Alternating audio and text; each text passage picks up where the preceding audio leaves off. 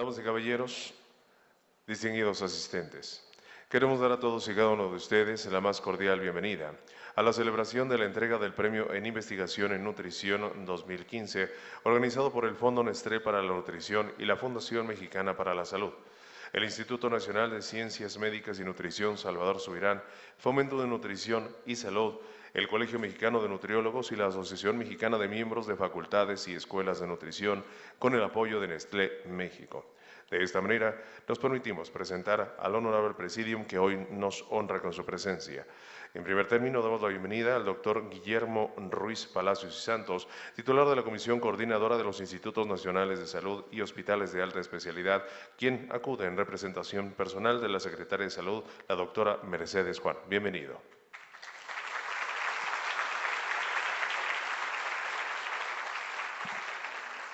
Nos distingue con su presencia el doctor David Kersanovich, director general del Instituto Nacional de Ciencias Médicas y Nutrición Salvador Subirán.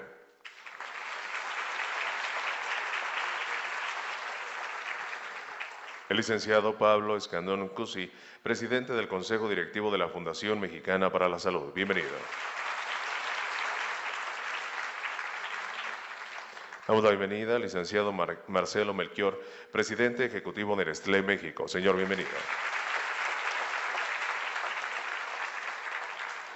Al licenciado José Ernesto Costemayo Botello, presidente del Consejo Directivo de Fomento de Nutrición y Salud. Bienvenido. Asimismo, al doctor Héctor Borges Rodríguez, director de la Dirección de Nutrición del Instituto Nacional de Ciencias Médicas y Nutrición Salvador Subirán. Señor.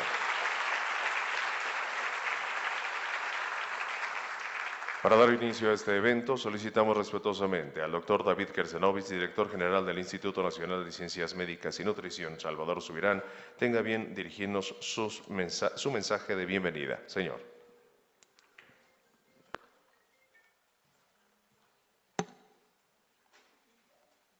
Buenos días a todos, sean bienvenidos al Instituto Nacional de Ciencias Médicas y Nutrición, Salvador Subirán. Saludo con mucho afecto a todos los integrantes del presidio y agradezco la presencia de todos ustedes el día de hoy. Premios de Investigación en Nutrición es ya una tradición de muchos años, yo diría más de 20 años de tradición, y es un hecho muy significativo para la nutrición en general, para los institutos y también para el sector salud. Si uno repasa lo que ha sucedido durante los últimos 20 años en la nutrición, fácilmente se puede dar cuenta de cómo de un problema que era básicamente de desnutrición, hemos pasado a un problema de malnutrición en el que tenemos un componente de obesidad y sus complicaciones muy importante asociado. Ya desde el año pasado yo hice un comentario que ahora quiero enfatizar, y es que cada vez más el campo de la nutrición se va a ver influenciado por el gran desarrollo que tenemos en la genética y en la biología molecular. Los aspectos de la microbiota, el poder ver que no nada más son nuestros propios genes, sino los genes de las bacterias que tenemos dentro de nuestro organismo, sin lugar a dudas van a tener un impacto muy importante en el campo de la nutrición. Y esta manera de reconocer en los premios de investigación en nutrición tiene la gran ventaja de que abarca aspectos desde aspectos sociales hasta aspectos de investigación que tienen que ver precisamente con la genética. Y es muy importante que Nestlé apoye estos proyectos porque la patología es muy particular dependiendo de cada región.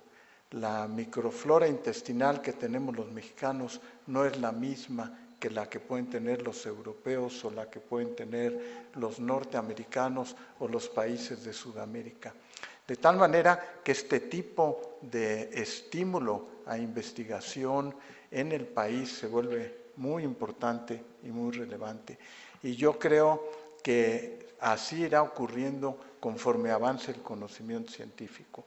Y la otra cosa que permite estos premios es que los avances que ocurran tengan una evidencia científica muy fuerte y de tal manera que eso es lo que apoye el desarrollo y a la vez la retroalimentación hacia la industria en relación a los avances.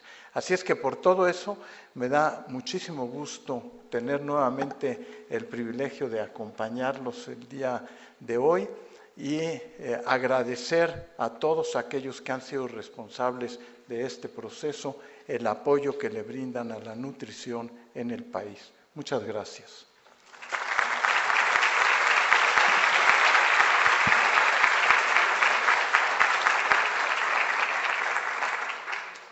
Muchísimas gracias. Acto seguido, invitamos al doctor Héctor Borges Rodríguez, director de la Dirección de Nutrición del Instituto Nacional de Ciencias Médicas y Nutrición Salvador Subirán, presente los trabajos ganadores de este año. Señor. Muchas gracias. Me es muy grato hacer la presentación de los premiados a la versión 22ª del premio establecido en 1993 por Fomento de Nutrición y Salud, Asociación Civil, el Instituto Nacional de Ciencias Médicas y Nutrición Salvador Subirán y con el apoyo económico inicial de la compañía Nestlé y más tarde del Fondo Nestlé para la Nutrición de la Fundación Mexicana para la Salud, al que después se han sumado el Colegio Mexicano de Nutriólogos y la ANFEM.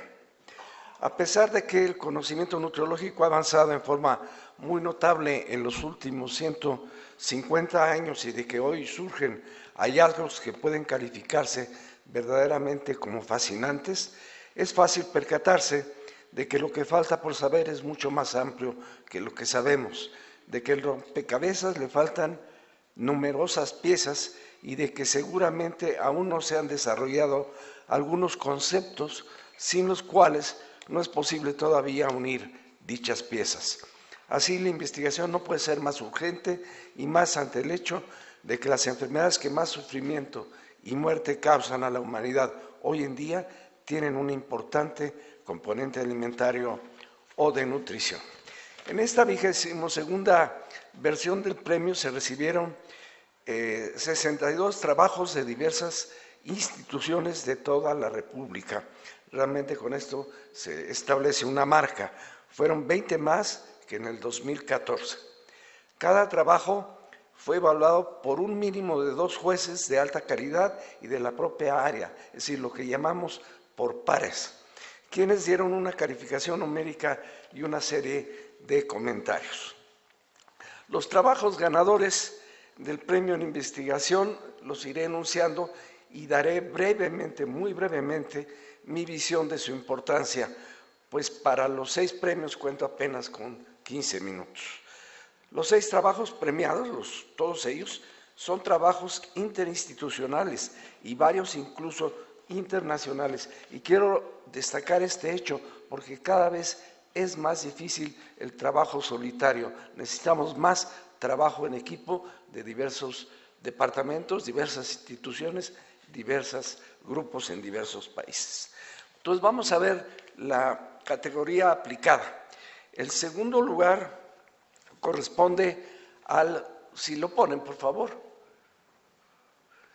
corresponde al trabajo factibilidad y efecto de Creciendo Sanos, una intervención con base clínica para prevenir obesidad en niños preescolares de la Ciudad de México, que la autora principal es Gloria Oliva Martínez Andrade y colaboradores del Centro Médico Nacional del Instituto Mexicano del Seguro Social, con coautores de Harvard School of Medicine, Hospital Infantil de México, Universidad de Guelph y Banco Interamericano de Desarrollo. Por favor, pasa.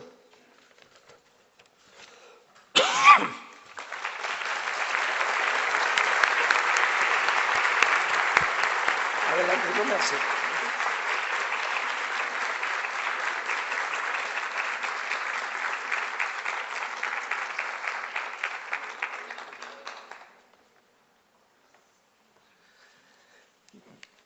Bien, para el primer lugar corresponde al trabajo peso corporal de mujeres mexicanas migrantes, comparación con mujeres en México y con mujeres mexicoamericanas nacidas en Estados Unidos. Los autores son Marta Kaufer-Horwitz, de la Clínica de Obesidad del Instituto, y varias coautoras de la Universidad de California en Berkeley. Y fue publicado en el American Journal of Public Health. En tanto que el trabajo anterior, lo que hicieron fue estudiar al azar 4 clínicas de atención primaria. A la mitad de ellas se les dio durante 6 semanas una serie de sesiones semanales de promoción de alimentación saludable y actividad física.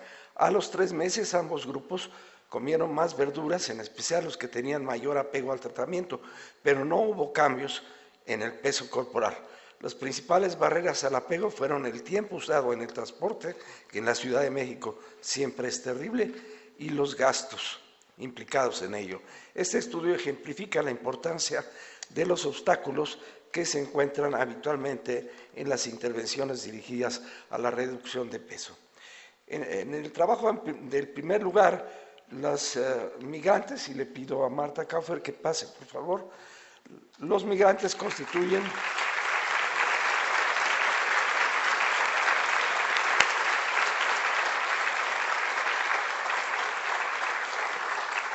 un grupo de estudio particularmente interesante. El propósito del estudio era ver si las mujeres mexicanas migrantes tenían mejores características de peso corporal que las mujeres en México y si se deterioraban con el proceso de aculturación. Se encontró que las migrantes tenían mayor posibilidad que las mujeres en México de tener un índice de masa corporal alto o de 0 obesas y de percibirse como obesas. Se rechazó la hipótesis del migrante sano, que muchas veces se ha manejado, en este trabajo no apareció. Este trabajo es rico en resultados y está ampliamente discutido por los autores, lo cual abre muchas pistas al estudioso sobre este tema. Y vamos a pasar a la categoría básica. Esta categoría estuvo especialmente reñida y de ella se seleccionaron los siguientes 2 trabajos que son excepcionales por su elegancia y por su calidad. Debo recalcar que por su carácter de trabajos básicos ya en sí son novedosos y sus aportes se incorporan al conocimiento actual. En segundo lugar, el premio corresponde al trabajo Regulación Transcripcional del transportador de aminoácidos neutros acoplado con sodio SNAT2 por 17-beta-estadiol y fue publicado en Proceedings of the National Academy of Sciences. Los autores son Laura Alejandra Velázquez Villegas, del Departamento de Fisiología de la Nutrición de nuestro instituto, y hay coautores que son de la Universidad de Houston, del Houston Methodist Hospital y del Instituto Karolinska. Por favor, Laura.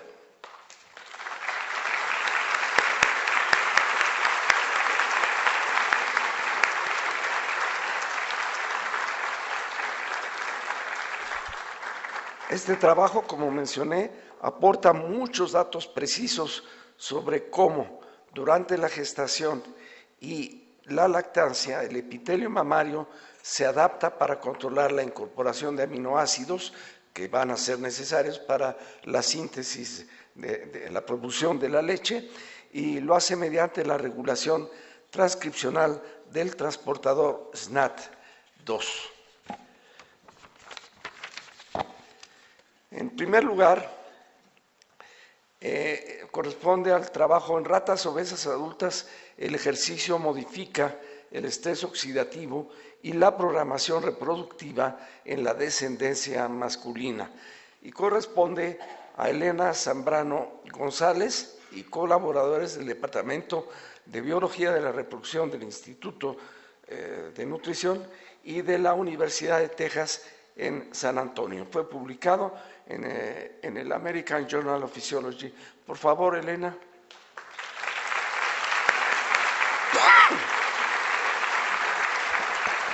Durante los últimos años, este grupo ha venido trabajando en el campo de la reprogramación metabólica en la descendencia de ratas expuestas a diferentes estímulos ambientales, sobre todo alimentarios. Este trabajo es la continuación de toda una línea y, de hecho, el año pasado ya nos habían mostrado y ganaron un premio los efectos benéficos del ejercicio en el metabolismo de las ratas descendientes.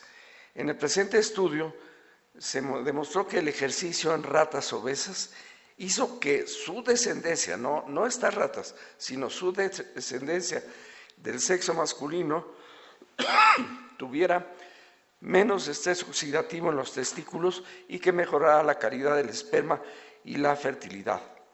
Los autores emplean atinadamente la frase «nunca es demasiado tarde».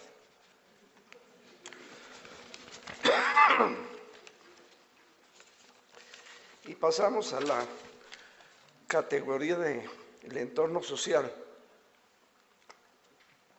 y cultural de la nutrición, que hemos insistido mucho en que exista y que cada vez nos da más satisfacción porque tiene más gentes inscribiéndose en esta categoría. En esta área, y eso fue evidente en cada trabajo, la riqueza de los hallazgos se percibe mejor a lo largo de la descripción misma que en las conclusiones que forzadamente resumo para esta presentación. En el segundo lugar, obtuvo el trabajo y satisfacción con su cuerpo y factores socioculturales en mujeres con y sin trastorno por atracón, relación con la psicopatología alimentaria. Y lo obtuvo María Leticia Bautista Díaz de la UNAM Iztacala, con coautores de la Universidad de Guadalajara y del Instituto Mexicano del Seguro Social, y fue publicado en Eating and Weight Disorders. Por favor, María Leticia.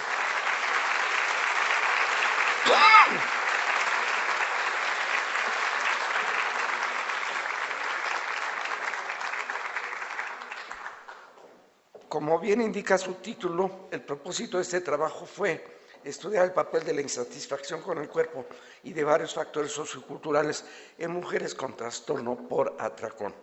Se encontró que hasta el 21% de mujeres que no se declaraban contra este tipo de trastorno, pero que estaban en programas de reducción de peso, caían este 21% en los criterios para diagnosticar trastornos por atracón.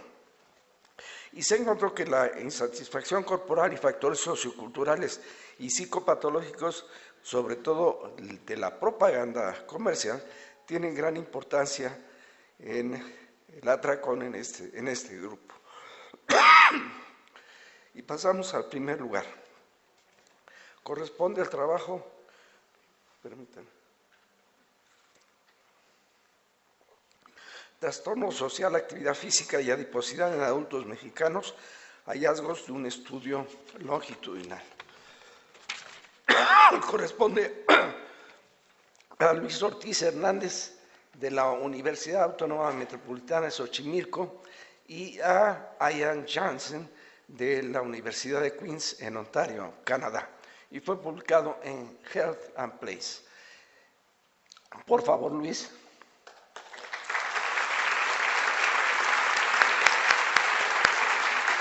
Gracias.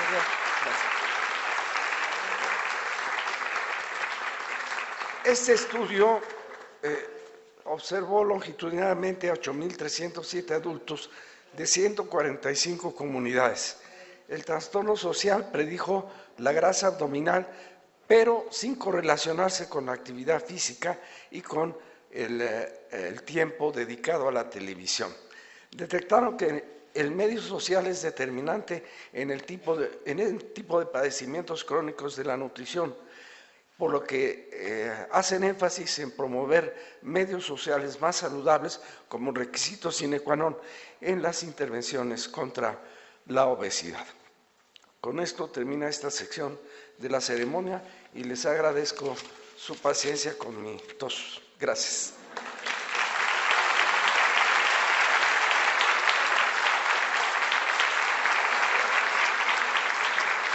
Muchísimas gracias, doctor. Bien, pues en este momento queremos invitar a los distinguidos miembros de nuestro presidio. Antes que nada, felicitar a todos los ganadores, brindándoles un cálido aplauso a todos y cada uno de ellos, autores y coautores, quienes a través de su esfuerzo y trabajo diario hacen una extraordinaria labor por la investigación en la nutrición. Muchísimas felicidades. Decíamos a ustedes, a continuación queremos solicitar respetuosamente a los distinguidos miembros de nuestro presidium tenga bien trasladarse a la fila de honor con la finalidad de que a continuación proceda a la conferencia magistral titulada Calidad de la dieta y salud en el contexto de la desigualdad y los precios de los alimentos. Así es que invitamos de manera atenta y respetuosa a nuestro distinguido presidium, nos honre ubicándose en la fila de honor. Por favor.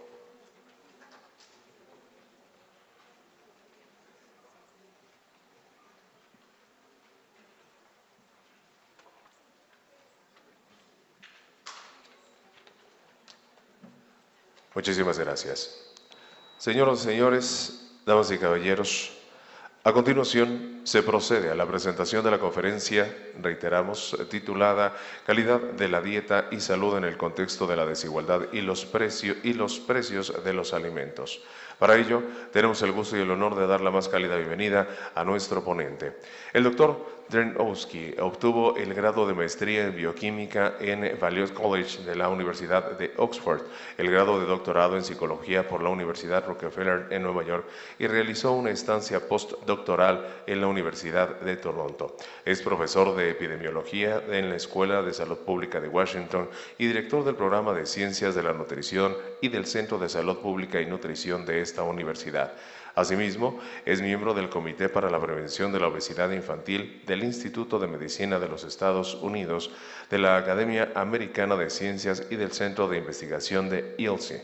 Ha publicado más de 300 artículos de investigación revisados por pares, revisiones y capítulos de libros y es consultor de diversas agencias, fundaciones y del sector privado. El doctor Drendowski es inventor del índice de densidad nutrimental para evaluar esta característica en los alimentos.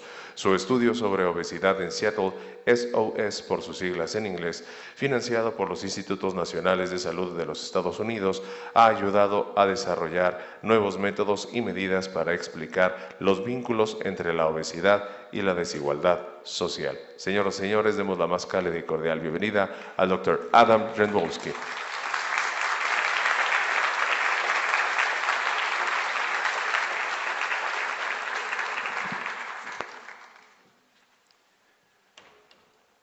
Good morning, everybody. It is a great pleasure for me to speak at a medical institution and a renowned hospital. I began my career in obesity research in 1971 as a very young graduate student at the Rockefeller University Hospital in New York. And I spent several years at Rockefeller University Hospital working in the division of nutrition, metabolism, and human behavior with Professor Jules Hirsch. So I too have clinical beginnings. But since that time, my research on obesity has evolved, and these days, my research really is on geography and economics. But the clinical background is always very useful.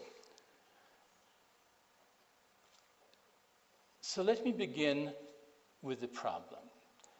Both Mexico and the United States have an obesity problem. And there have been a number of joint efforts, symposia, meeting, and research projects to address this important issue. But I would say that the problem in the United States and the problem in Mexico are not quite the same.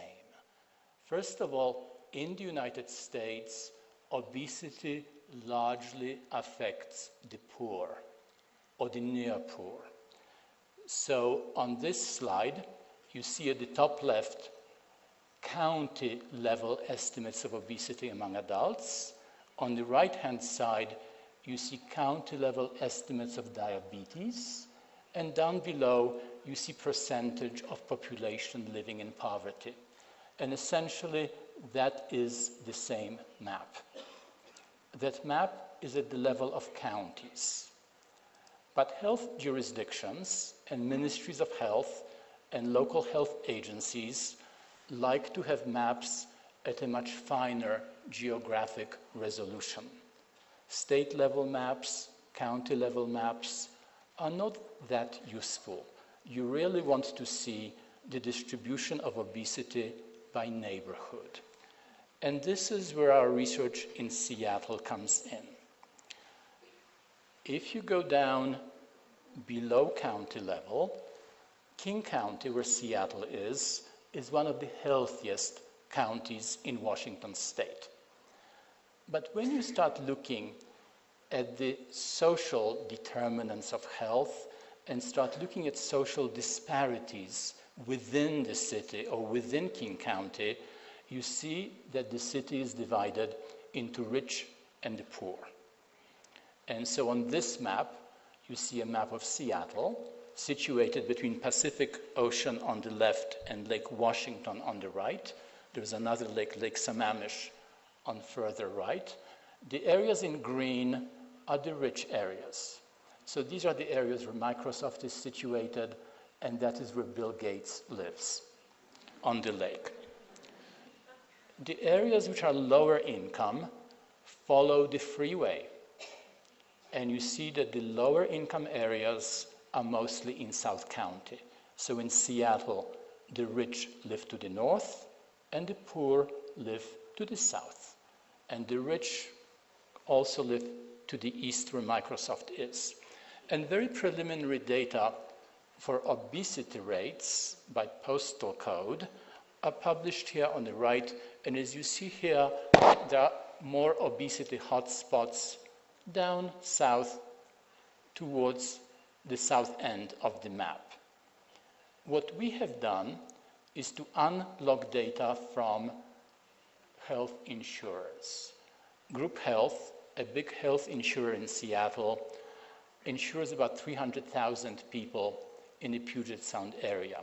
And they let us have the data from their enrolled population at the census tract level.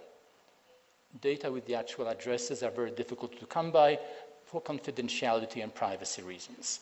But here we had data on 59,000 people aggregated to the census tract. So as you see here, the pale areas around the lake had very little obesity, and the areas to the south had a lot of obesity, and the difference between the two was in the order of 600%. We went from 5% prevalence of obesity to 30% prevalence of obesity, depending on where people lived. So you have gigantic differences within a single city, depending on social conditions, address, the neighborhood, the environment. We found very much the same thing for diabetes.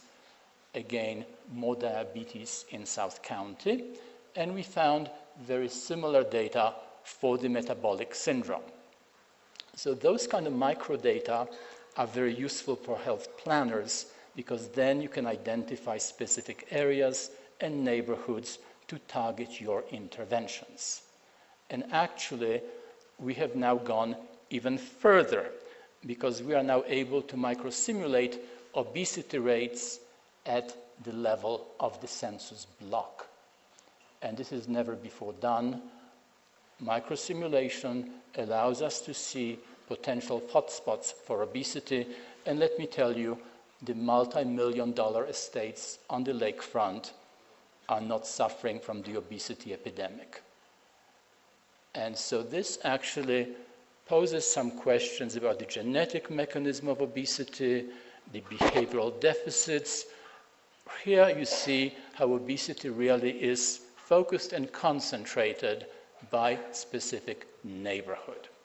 And I suspect, given similar spatial data, you might find something very similar for this country of Mexico in the first place, and for the city of Mexico in particular. So there are 2 points I want to make. In the United States, obesity largely affects the poor.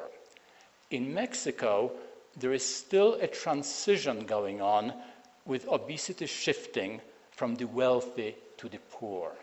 So, for example, based on data from a number of papers published by the Institute of Salud Pública in Cuernavaca, the areas in Mexico affected by obesity the most are still in the north, not in the south, and yet the difference in BMI between the north and the less developed areas in the south are small. I'm quoting here Julio Frank, who was the Minister of Health for Mexico and is now president of the University of Miami.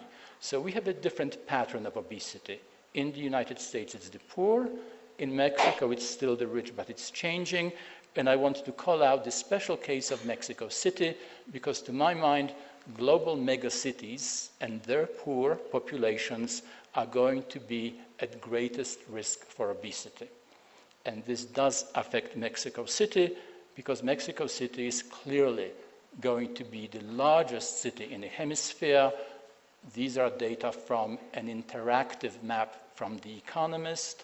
And here we're looking at population projected for Mexico City in 2024, reaching 23 million people.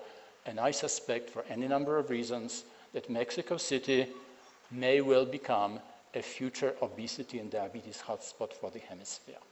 So something needs to be done now. What should be done?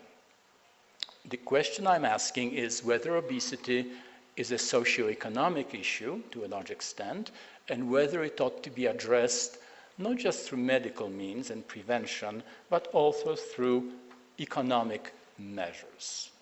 What should those measures be? And this is an interesting point. I always say that to see the future, we really need to look into the past. So the relation between food, health, and incomes, which still holds today, was actually explored in 1936 by John Boyd Orr. His 1936 report showed that Britons, 1/3 of them, were so poor that they could not afford a healthy diet. John Boyd Orr later became the director of the Food and Agriculture Organization of the United Nations and got the Nobel Peace Prize in 1949. But let's take a look at his data from 1936. Back in 1936, stratifying populations by income was very controversial and open to criticism. But he was able to show that as part of stratifying by incomes, going from low income at the left to high income on the right, the rich were eating more fruit, more vegetables, and more fish, just like now. And the poor were eating bread and sugar and lard. So the socioeconomic gradient observed for vegetables and fruit and fish, steep with income, was not the same as the one for bread and potatoes and lard and sugar. The gradient for sugar right now is down. It is often low-income people who consume most sugar. And then also in 1936, the British writer George Orwell wrote about why the poor did not want to have a diet of whole grains and raw carrots. He said, the less money you have, the less likely you are to be spending it on a healthy diet. You want something satisfying and tasty and filling. For example, fish and chips or sugar and fat. And again, we still have the same attitudes among low-income people because the two major components of food choice are going to be taste and cost. I have done a lot of research on taste. I will talk today about cost. How do we measure the quality of the diet in relation to diet cost? So what we do is we take nutrient composition data and we take prices data. So this is going into nutrition economics or a kind of economic nutrition epidemiology. I'm blending nutrition epidemiology with the cost issue. because to some extent diet quality and its relation to health is confounded by diet cost and socioeconomic status. So the question I'm going to be asking is, which foods give you most calories per dollar, and which foods give you most nutrients per dollar? And I'm going to be looking at data from the United States, but also looking at some unpublished data from Mexico. So keep these three concepts in mind. I will be talking about energy density, calories per gram, nutrient density, nutrients per calorie, and energy cost, calories per dollar or per peso, and nutrients per dollar. So remember those things: energy density, nutrient density, energy cost. Now, when we come to energy density, one thing to remember is that energy density is largely driven by the water content of foods. So if we go from water to oil, we go from 0 calories per gram to 9 calories per gram, with everything else in between. So when you start looking at the cost of various foods, on a per gram basis, vegetables and fruit and eggs are cheap, and meat and poultry and fish and everything else is expensive.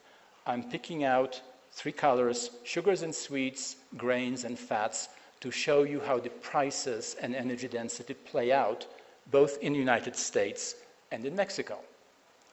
So in the United States, based on national food prices and 1,387 foods from the USDA database, we find that as you go from vegetables and fruit to fats and oils, the energy density goes up and the cost per 100 grams goes up, but of course meat, poultry, and fish are the most expensive. When you recalculate everything based on energy density, things change. Vegetables and fruit and milk products contain large amounts of water. They're heavily hydrated, whereas fats and oils or grains are dry. So that means the energy density changes everything, and suddenly energy-dense foods become very cheap per calorie. So here you have energy density, fats and oils and grains and beans and legumes, very high energy density, very low cost. Whereas your fruit and vegetables have lower energy density, but at a higher cost. So notice how the cost changes. Those are the cheap foods on the left and the more expensive foods on the right. And we now have comparable data for Mexico.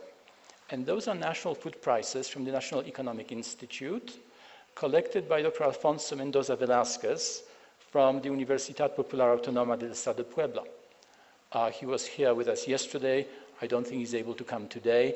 This is brilliant work, the first joining of dietary intake data with national food prices from Mexico. So what's of interest here is to see whether or not the structure of food prices is the same, and whether the socioeconomic characteristics of the various consumers are the same in Mexico as they are in the United States. So now we're looking at energy density on the horizontal axis, and the cost per 100 grams in pesos on the vertical axis. This time we only have 180 foods taken from the food frequency questionnaire in the ENSANUD, the Encuesta Nacional de Salud, which we downloaded and connected to the food prices data. So here you have again vegetables and fruit, low energy density, low cost per 100 grams, fats over here, and meat, poultry, and fish at the top. So those are prices from Mexico. And then when you start looking at prices per 100 calories, you start realizing that the lowest cost, down below, are going to be tortillas and tamales and fats and oils and beans and alcohol. And vegetables and the mariscos and the beef and so on are going to be more expensive, just like in the United States. So I have this now done the same way. Notice again, this is now done this way. Same thing, mean cost on a horizontal axis, energy density at the top, fats, all the way going to meat, poultry, and fish, fruits, and vegetables. So notice there is the same price gradient in Mexico based on national prices as we have in the US. The data are not as complete because now we have only 148 foods as opposed to 1,400 or 6,000, which are usually in the United States database. So when we start looking at the individual food prices, we have this kind of picture here. I'll go through those quickly just to show you the pattern. The cheapest ones, lowest costs, are going to be the oils and the sugar and the cereal and the pasta and the rice and the beverages in the center. And as we go from grains and fats and sweets to dairy and meat and eggs, and then we move on to fruits and vegetables, things become more expensive. So this is 1,400 foods from USDA. Notice the progression from sugar to spinach to salad greens. And then from Mexico, we see exactly the same thing. Notice the progression from sugar and lard and butter and cereals and beans and rice through cheese and meat and yogurt and fruit and fish and shellfish. So it's pretty much the same as in the previous slide.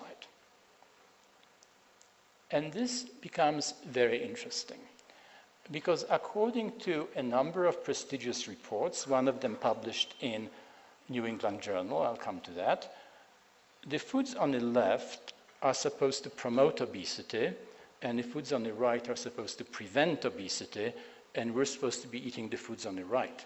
But the foods on the right are more expensive. And in fact, obesity prevention has been linked to higher cost foods. So this is a paper by Dario Mozaffarian from the New England Journal of Medicine, published in 2011, based on a huge cohort of 120,000 women and men in the US, which showed that certain changes in food patterns were linked to changes in body weight. So people who were consuming potato chips, sugar-sweetened beverages, fruit juices, potatoes or fries, processed meats, red meat, butter, sweets, and dessert were gaining weight. But people who were consuming vegetables and nuts and whole grains and fruits and yogurts were losing weight. So we thought, yes, but in fact, those foods don't cost the same per calorie. And people who consume them can be very different people because it's very difficult to separate a specific food from the person. In fact, epidemiologists will tell you it's absolutely possible to link a certain dietary ingredient with health outcomes. Sociologists will tell you the opposite. Sociologists will tell you that it is impossible to separate the food from the person, and anthropologists and ethnographers will tell you it is impossible to separate the food from the person from the culture. So it all becomes very complicated. Just to elucidate this, we looked at some prices in France. So these are pretty much the prices from the slide in Dario Mozaffarian's paper. Oil, pasta, white bread, biscuits, sweets, potato chips, whole grain bread, cheap. Energy cost, euros per 100 calories, in some cases as little as 1 euro cent. But when you go to fish and lettuce and strawberries, your costs go up 300 times. And these are prices from France, and these are prices from Mexico. So in fact, the cheapest source of calories in Mexico is actually not going to be sweets, it is not going to be beverages, it is going to be lard and tortillas and fried potatoes and sweet cookies. Those are the cheapest foods which provide the bulk of calories in the Mexican diet, especially for low-income people. So again, think in terms of the obesity-promoting foods, obesity-preventing foods, and think of a difference in cost. So there are ways of looking at nutrient density, and I will not go into those in great detail. I'll just show you that we have in fact measured nutrient density through a number of nutrient profiling methods. There are ways of doing nutrient profiling, but essentially nutrient profiling means looking at nutrients with respect to calories. It's nutrient to calorie ratio. And very often, nutrient profiles incorporate the good beneficial nutrients, vitamins and minerals, as well as the nutrients to limit, fat, sugar, and sodium. What I did for Mexico is something very simple. Anybody can do it if they have access to the nutrient composition data. I created a naturally nutrient-rich score for Mexico based on 7 nutrients only: protein, fiber, vitamin C, vitamin D, calcium, iron, and potassium. The Mexican database does not have added sugar. So the component on the right still waits to be developed. So I'm just giving you data for the component on the left only. The natural nutrient-rich score, vitamins and minerals and protein and fiber. And as you see here, this is how the foods play out. On the left side, you have foods which have no nutrients of interest picked up by this score. So obviously it's going to be fats and the sugar and the sweets. On the right, you have the nutrient-dense foods based on a score custom developed for Mexico. Again, this goes from sugar all the way to vegetables and spinach. But there's also going to be a difference in cost. So lard, beans, rice are going to be cheap. Fish, peppers, broccoli, and so on are going to be more expensive. Nutrient density on the vertical axis, energy cost on the horizontal axis, you go from cheap to expensive, and the data from Mexico are in fact exactly like the data for the United States. It's the same picture, more foods on the American slide, but the structure of prices is much the same. So now we come to the big, important issue. The real issue is not so much whether healthy foods cost more, but healthy foods are the mainstay and the beginning of a healthy diet. So if you eat healthier foods, which are more expensive, then your diet will be more expensive as well, on the average. So this is where we started calculating the cost of diets. And we calculate the cost in the same way as we always do. In a particular case for Mexico, we took the dietary intake data from the food frequency questionnaire in Ensenada. We took the nutrient composition data for the 148 foods that I just told you about. We took the national prices from the Economics Institute, and we calculated energy density, nutrient density, energy cost, and so on for the total diet. So this is what happens when you attach prices to diets at the individual level. So these are now data for 3,000 people in the Ensenada database.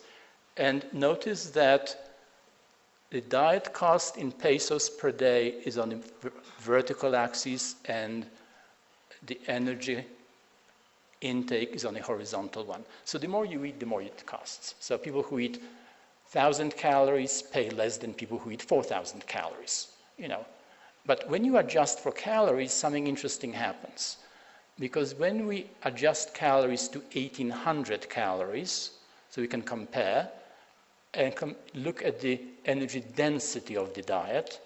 Remember, energy density, potato chips, snacks, and so on, energy dense, vegetables, low energy density. This is what happens. You have the cost on the vertical axis, energy density on the horizontal axis, and notice that the energy dense diets are, in fact, cheaper. So if you eat a diet that's energy dense, of starches and sweets and fats, it's less healthy, but it's cheaper. So that is the big issue that we need to resolve, how to do or how to provide the public, especially low-income people, with a diet which is low energy density, acceptable, and nutrient-rich. So this is very preliminary, still unpublished. We're looking at how the structure of the diet changes with diet cost. So this is the composition of the diet in the lowest tertile of costs.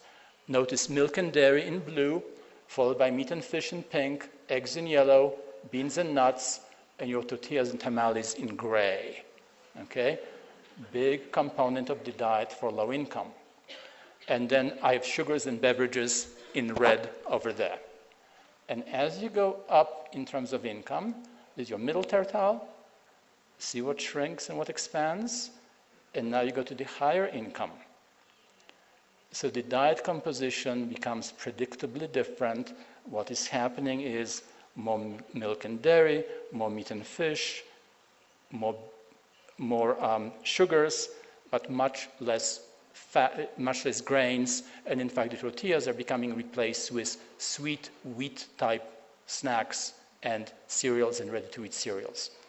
And these are now data, again, from Ensonut. We're looking at socioeconomic status. This is divided into 5 categories. Notice how the diet cost goes up with social strata and the energy density declines. Healthier diets are lower energy density and more expensive. And on the bottom you see the north of the country, center, Mexico City, and south. Less of a difference, just as Julio Frank said, but you see there are differences in dietary patterns and cost by socioeconomic status and by region. I expect using micro data simulation, we might find similar difference at the level of Mexico City neighborhoods. So I thought I'd add a slide here about dietary guidelines, because I'm told that the Mexican dietary guidelines are going to be proposed tomorrow. So the American Dietary Guidelines 2010 say that we should all be eating more vegetables, more fruit, more seafood, and reduce the intakes of grains and sweets and fats. And I say that is very nice, but that can also be expensive. So what are we going to do about that? So to my mind, telling people to eat more expensive foods, especially if they're low income, is really not that productive. There should be some implementation, feasibility studies to show how these recommendations can be adopted by lower income groups. We'll come to that later on. So the dietary guidelines have been operationalized in the United States into a Healthy Eating Index 2010. It's a 100-point scale denoting diet quality. So I'll just show you one little slide that diet quality in the United States is absolutely related to cost. On the bottom, you see quintiles of cost, going from cheapest diets to most expensive diet. The entire HEI score goes up with the amount of monetary value of the diet, and we see that the various components go up as well.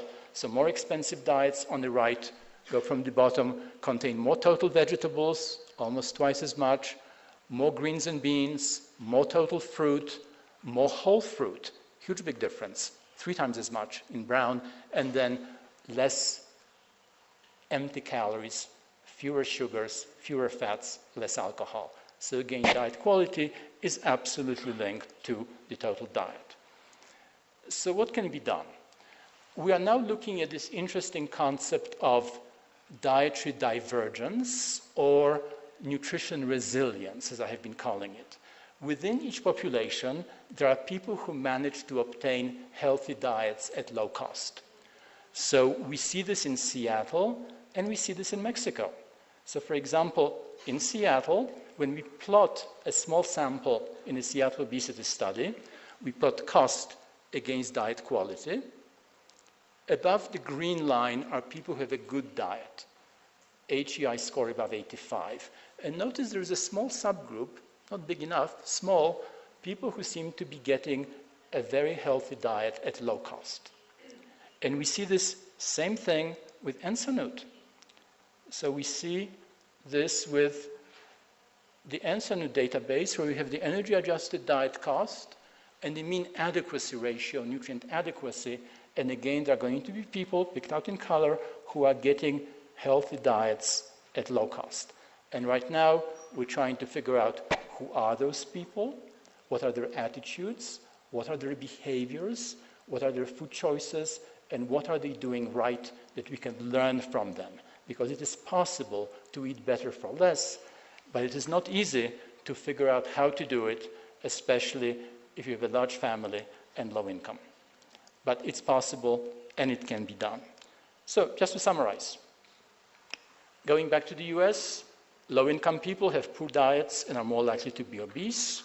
The geographic studies bring out the social gradient into sharp relief, and obesity clearly in the US is a socioeconomic issue. In Mexico, things are more complicated. The obesity started with the affluent groups. It is now transitioning to the poor.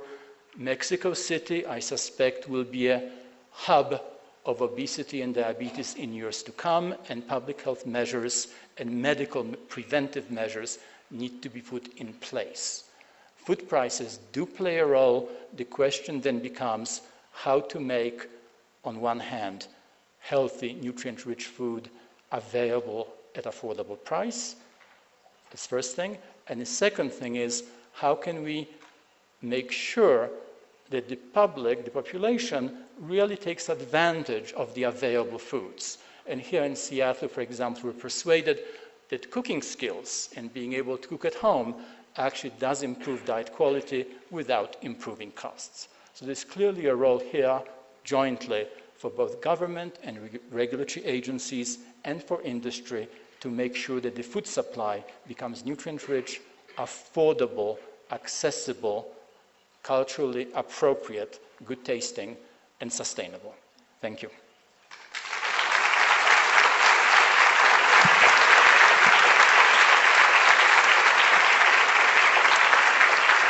Muchísimas gracias. De esta manera, reciba usted, doctor Adam Bronowski, de manos de nuestro director de este instituto, el doctor David Kersenovich, su reconocimiento por esta importante participación. Un aplauso muy cordial para él. Thank you very much.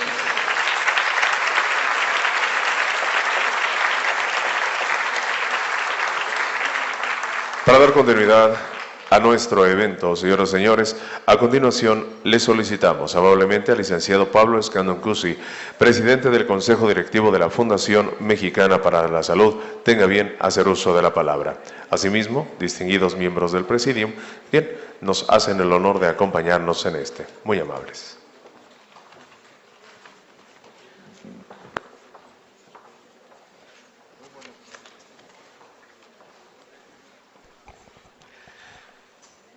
Muchas gracias por esta invitación, doctor David Kersenovich, doctor Guillermo Ruiz Palacios, licenciado Marcelo Melchior, muy estimados miembros del Presidium, señoras y señores.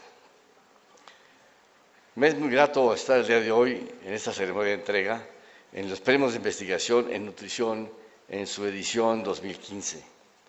Por más de 20 años, el Fondo Nestlé para la Nutrición de la Fundación Mexicana para la Salud ha impulsado la investigación científica en nutrición y hoy más que nunca destaca el esfuerzo de organización conjunta con el Instituto Nacional de Ciencias Médicas y Nutrición Salvador Subirán, Fomento de Nutrición y Salud AC, el Colegio Mexicano de Nutriólogos y la Asociación Mexicana de Miembros de Facultades y Escuelas de Nutrición. En esta convocatoria se obtuvo la mayor respuesta registrada, con más de 80 trabajos participantes de 25 instituciones de todo el país, lo que refleja la confianza y el prestigio construido por más de 2 décadas. Me gustaría destacar el trabajo realizado a partir de la Fundación Mexicana para la Salud en su misión por contribuir a mejorar la salud de la población mexicana y ser referencia en la agenda de temas de salud. Este trabajo es posible gracias a alianzas, interacción y sinergias con diversas instituciones, organizaciones y organismos de los sectores públicos y privados, lo que se ve reflejado en esta ceremonia y a través de la convocatoria del Premio de Investigación en Nutrición. Quisiera destacar también el papel y el gran apoyo de Nestlé México en esta tarea que muestra la coincidencia de intereses y objetivos y cómo la unión de esfuerzos resulta en una convocatoria más fortalecida y en mayores beneficios para la comunidad científica que trabaja en el área de nutrición y alimentación. Esto es de suma importancia dada la coyuntura de salud que vive nuestro país y que más que nunca requiere de conocimientos generados por mexicanos para atenderla y estar a la altura de tan compleja perspectiva que incluye todo el espectro que va desde la nutrición a la obesidad en todos los grupos de población. A través de la Fundación Mexicana para la Salud y del Fondo Nestlé para la Nutrición, esperamos que el apoyo a grupos de investigación promueva la realización de más trabajos de calidad y una mayor participación en el futuro, generando un círculo virtuoso en el proceso, es decir, el reconocimiento y el estímulo deben reflejarse en más y mejores proyectos de investigación. En este sentido, la inversión en investigación en salud es indispensable para encontrar soluciones a los retos que se avecinan y la sociedad mexicana esperaría que estos recursos utilizados retribuyan en más salud para los mexicanos y es por eso que la Fundación Mexicana para la Salud invita a todos los investigadores a continuar con su trabajo enfocados a los problemas nacionales y que consideren el Premio en Investigación de Nutrición como el foro natural donde recibirán un reconocimiento a su labor. Quiero manifestar mi reconocimiento a todos los investigadores, participantes y a los jurados que evaluaron los trabajos recibidos, también a las instituciones que se organizan para que este evento se lleve a cabo y al Instituto Nacional de Ciencias Médicas y Nutrición, Salvador Subirán, que cada año nos abre las puertas para celebrar esta ceremonia. También quiero agradecer finalmente a la compañía Nestlé de México, que ha brindado un sólido y permanente apoyo para continuar con la promoción de la investigación de nutrición en México. Muchas gracias.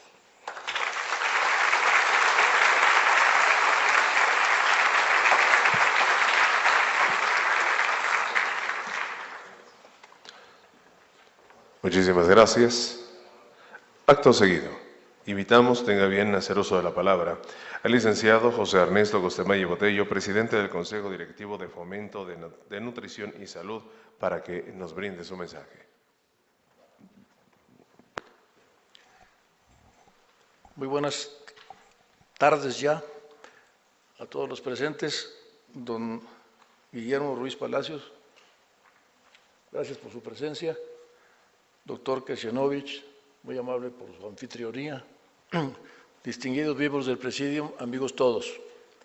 Quisiera comentar, para no ser muy repetitivo, que debiéramos estar muy satisfechos, contentos diría yo, de este esfuerzo, sobre todo porque son esfuerzos continuados, que ya tienen mucho tiempo, que tienen carta de naturaleza, son proyectos maduros, que aquí nos hacen concurrir en este esfuerzo común.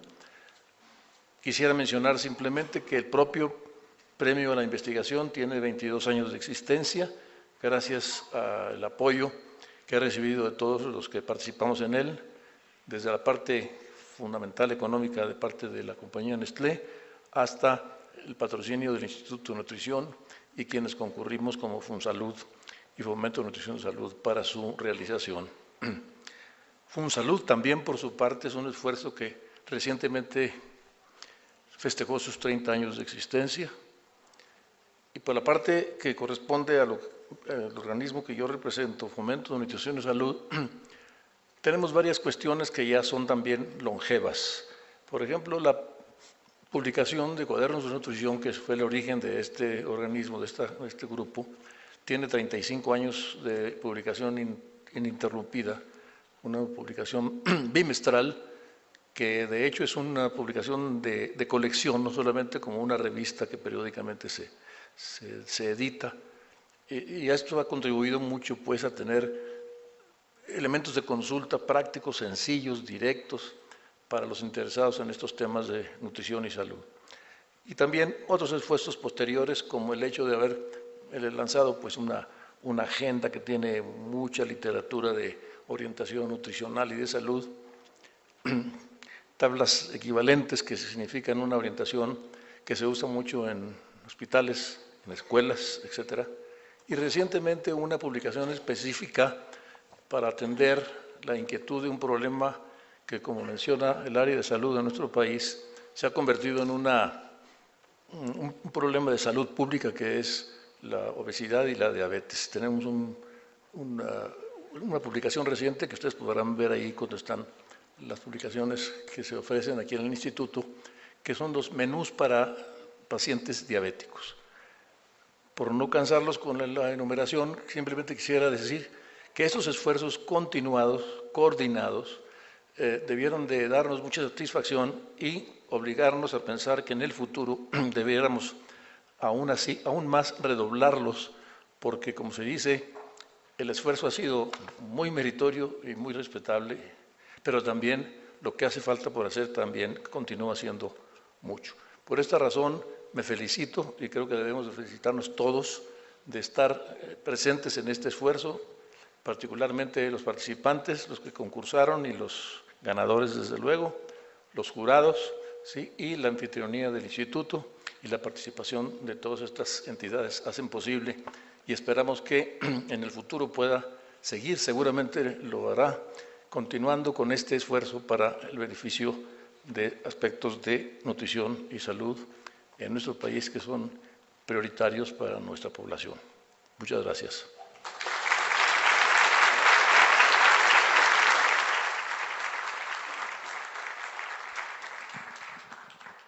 Muchísimas gracias. Acto seguido, toma la palabra el licenciado Marcelo Melchior, presidente ejecutivo de Nestlé México. Buenos días. Agradezco la presencia de los distinguidos miembros del Presidium e invitados especiales que hoy nos acompañan. A nombre de Nestlé México quiero agradecer la presencia de la Secretaría de Salud, hoy representada por el titular de la Comisión Coordinadora de los Institutos Nacionales y Hospitales de Alta Especialidad, de los investigadores participantes y jurados que donaron su tiempo para evaluar cada uno de los proyectos, y de la presidencia del Consejo Directivo de la Fundación Mexicana para la Salud por años tras años compartir con nosotros el compromiso de promover la investigación en nutrición en nuestro país. La innovación y el conocimiento científico han formado parte de la historia de Nestlé desde nuestro origen. Con el paso de los años hemos mantenido la innovación en nutrición como uno de nuestros pilares. Hoy somos la compañía de alimentos que más invierte en investigación en nutrición en todo el mundo. Alrededor de 2.200 millones de dólares anuales son destinados para el desarrollo de ciencia básica y en instalaciones en donde diariamente trabajan más de 5.000 investigadores. Sabemos que es necesario invertir y desarrollar el talento que aporte los conocimientos indispensables para transformar la realidad nutricional en México. Nos alegra mucho haber recibido este año un récord de 62 trabajos y contar con la representación de investigadores de más de 25 instituciones de todo el país. Lo anterior hace de este 2015 el año con mayor número de participantes, gracias por la confianza de todos. Lo anterior es una muestra de la credibilidad en este premio, resultado de contar con un jurado de muy alto nivel y con años de experiencia, realizando un trabajo serio de reconocimiento a la investigación hecha en México. En Nestlé continuaremos promoviendo acciones que promuevan la investigación básica, así como lo hemos hecho a lo largo de estos más de 20 años a través del Fondo Nestlé para la Nutrición. Agradecemos a todos los participantes por la ardua labor que realizan con su trabajo diario en favor de nuestra sociedad. Felicitamos a los investigadores ganadores de este año. Muchas gracias y felicidades a todos.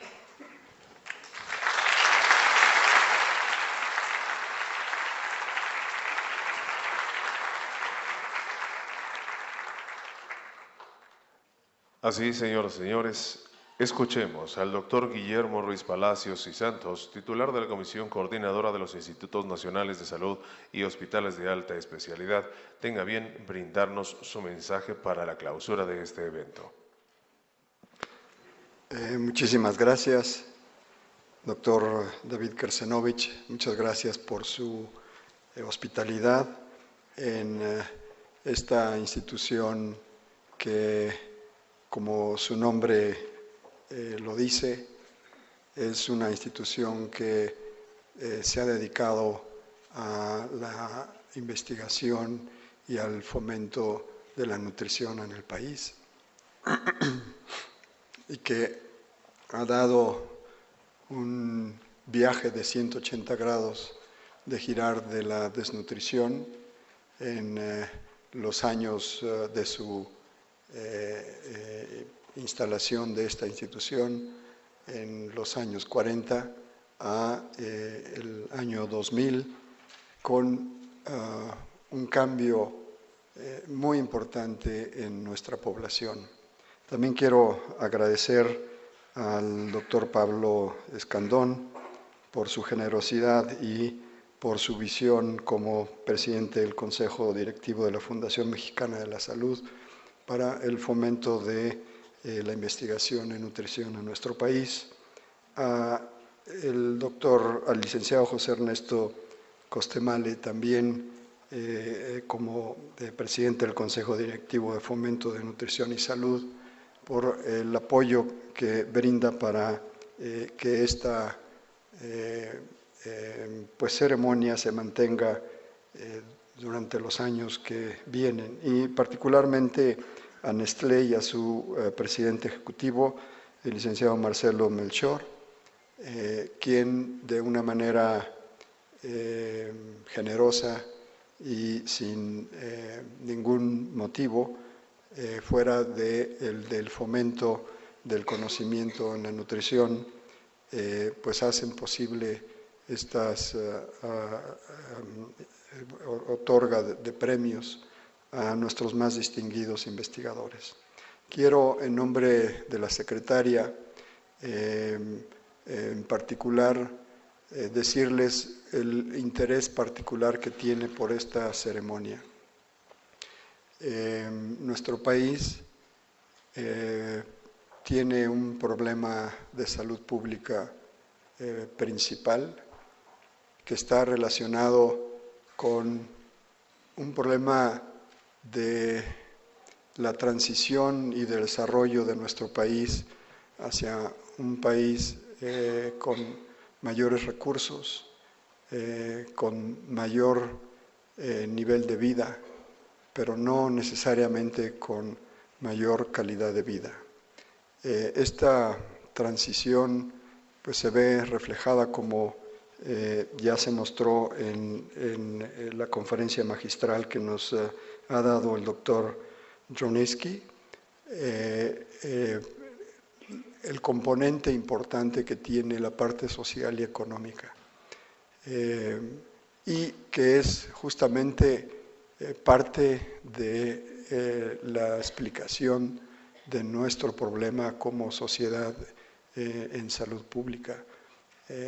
Hay otro componente importante que no se mencionó en la conferencia, pero sí en los premios, la influencia que tiene las características genéticas de nuestra población. Estas dos situaciones probablemente son las que están influyendo sobre la situación actual que tenemos de una pandemia de obesidad en nuestro país. Y como lo pueden ustedes ver, pues es extremadamente complejo resolver el problema, porque es un problema socioeconómico y es un problema genético. Estas dos circunstancias probablemente van a hacer que sea más difícil resolver el problema en nuestro país, que nos da retos extra para resolverlo. Y esto lo estamos viendo reflejado el interés que tiene nuestro gobierno, la Secretaría de Salud y en particular nuestra secretaria Mercedes Juan, en donde se han desarrollado programas muy específicos para tratar de resolver este problema. Implementación de leyes que influyen y que seguramente van a influir de alguna manera en el efecto de este problema, como es la ley del azúcar, el concentrar muchos de los recursos que tiene la Secretaría en la investigación en diabetes y obesidad a través del programa de FOSIS, en conjunto con el Consejo Nacional de Ciencia y Tecnología. Se han desarrollado unos nuevos sistemas de patrocinio de proyectos a través de lo que llamamos programas proyectos, que son proyectos para el desarrollo de proyectos multicéntricos, multidisciplinarios, a largo plazo, para justamente ayudarnos a resolver estas interrogantes y solucionar finalmente este problema. Yo me siento muy positivo de que se está tomando acciones muy a tiempo y probablemente en los próximos 10 años seguramente vamos a empezar a ver efectos de estas intervenciones que se están empezando a llevar a cabo. Finalmente quiero felicitar a todos los investigadores que han ganado estos premios y que son un reflejo de cómo ha evolucionado la investigación en nuestro país. Publicaciones en revistas de alto impacto, con colaboración no solo nacional, sino internacional e interdisciplinaria, que no nos muestran más que el reflejo de cómo nuestros investigadores se están moviendo, cómo se mueve el resto del mundo en la investigación y en el conocimiento. Muchísimas gracias.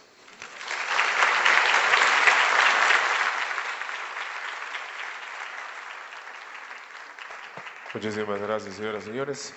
De esta manera y para concluir esta ceremonia, queremos invitar a los distinguidos miembros de nuestro Presidium nos acompañar al frente de este para tomar la fotografía oficial de este evento y asimismo, bueno, pues aprovechando esta oportunidad, brindarles el merecido y cálido aplauso para acompañarles y despedirles. Fuerte ese aplauso para todos y cada uno de ellos, muchas gracias.